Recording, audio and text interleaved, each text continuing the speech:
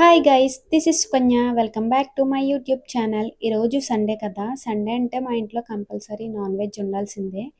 ఈరోజు నేను vegetable biryani and chicken curry వండుదాం అనుకుంటున్నాను. ఇప్పుడైతే వంటగదిలోకి వెళ్ళిపోదాం, వచ్చేయండి.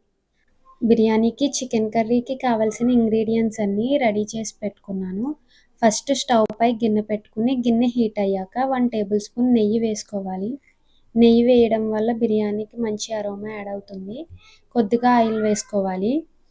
బిర్యానీ దినుసులన్నీ వేసుకుని బాగా ఫ్రై చేసుకోవాలి. తర్వాత క్యారెట్, ఆలు వేసుకోవాలి. క్యారెట్, ఆలు లైట్గా ఫ్రై అయిన తర్వాత ఆనియన్, చిల్లీ కూడా వేసుకోవాలి. సోయాని మా సైడ్ మిల్ మేకర్లు అంటాము. మేము బిర్యానీలో మిల్ మేకర్లను ఎక్కువగా ఇష్టపడతాము. అందుకే కొంచెం ఎక్కువ క్వాంటిటీలో అయితే మిల్ మేకర్లను తీసుకున్నాను. నాకు బిర్యానీ అంటే చాలా ఇష్టం. మా అమ్మ చేసే బిర్యానీ అంటే ఇంకా ఇష్టం.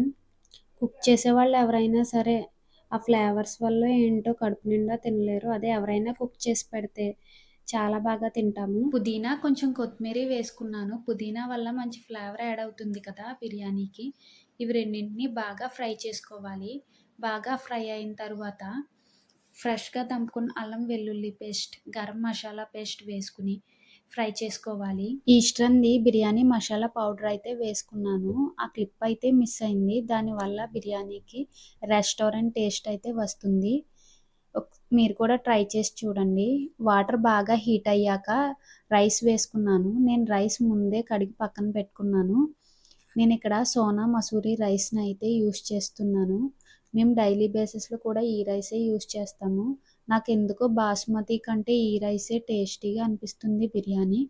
చూడండి బిర్యానీ ఎంత పొడి పొడిలాడుతూ వచ్చిందో. మా హస్బెండ్ నాకు హెల్ప్ చేద్దామని ఉల్లి చట్నీని అయితే ప్రిపేర్ చేశారు. కొంచెం కూలింగ్గా ఉంటే బాగుంటుందని నేను ఫ్రిడ్జ్లో పెట్టాను. మా బాబు నాకు ఇంకా పెద్ద హెల్ప్ చేద్దామని మొత్తం ఉంపేశాడు. మొత్తం డబల్ పని అయింది. క్లీన్ చేసుకుని మళ్ళీ ఉల్లి చట్నీని అయితే ఇప్పుడైతే నేను కర్రీ ప్రిపేర్ చేసుకుంటున్నాను. ఈసారి అయితే మా హస్బెండ్ ఫారం కోడ్ చికెన్ అయితే తీసుకుని వచ్చారు. ఈ కర్రీ మేము చాలా రేర్గా తెచ్చుకుంటూ ఉంటాము. ఈ చికెన్ కంపల్సరీ కుక్కర్లోనే కుక్ చేసుకోవాలి, లేకపోతే పీసెస్ ఉడకవు, గట్టిగా ఉంటాయి. సండే ఏంటో కానీ నాకు అస్సలు పని అవ్వదు. నార్మల్ డేస్లోనే క్విక్గా అయిపోతుంది పని మొత్తం. సండే మా హస్బెండ్, మా పాప ఇద్దరు ఇంటి దగ్గరే ఉంటారు. ఈరోజు మా డాడీ కూడా మా ఇంటికి వచ్చారు. కుకింగ్ అంతా కంప్లీట్ అయ్యేసరికి 1 o'clock అయిపోయింది. అప్పటికే బాగా ఆకలేసేస్తూ ఉంది. మా పిల్లలకి మాత్రం ఆకలి వేయదు. ఎందుకంటే వాళ్ళకి ఆటలు ఉంటే చాలు, ఆడుకుంటూనే ఉంటారు ఎంతసేపు అయినా. ఫైనల్లీ చికెన్ అయితే కంప్లీట్ అయిపోయింది. కొత్తిమీరతో గార్నిష్ చేసేసుకున్నాను. చూసారా ప్లేట్ ఎంత బాగా గార్నిష్ చేశానో. ఈ ప్లేట్ మా హస్బెండ్కే ఇచ్చేసానులేండి. నేనైతే వేరే ప్లేట్లో పెట్టుకుని తింటున్నాను. అప్పటికే 2 o'clock అయిపోయింది. ఆకలి బాగా దంచేసింది. జామకాయ చూసారా ఎంత పెద్దదిగా ఉందో. మా డాడీ వచ్చారని చెప్పాను కదా. మా డాడీ ఎప్పుడు వచ్చినా వెజిటేబుల్స్, ఫ్రూట్స్ అన్నీ తీసుకుని వస్తారు. ఈ జామకాయ కోస్తే మా ఫ్యామిలీ అందరికీ సరిపోయింది. బట్ టేస్ట్ మాత్రం యావరేజ్గా ఉంది. అంటే కొంచెం చప్పగా ఉంది.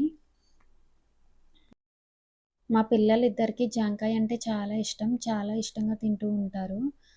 మా డాడీ తేగలు కూడా తీసుకుని వచ్చారు.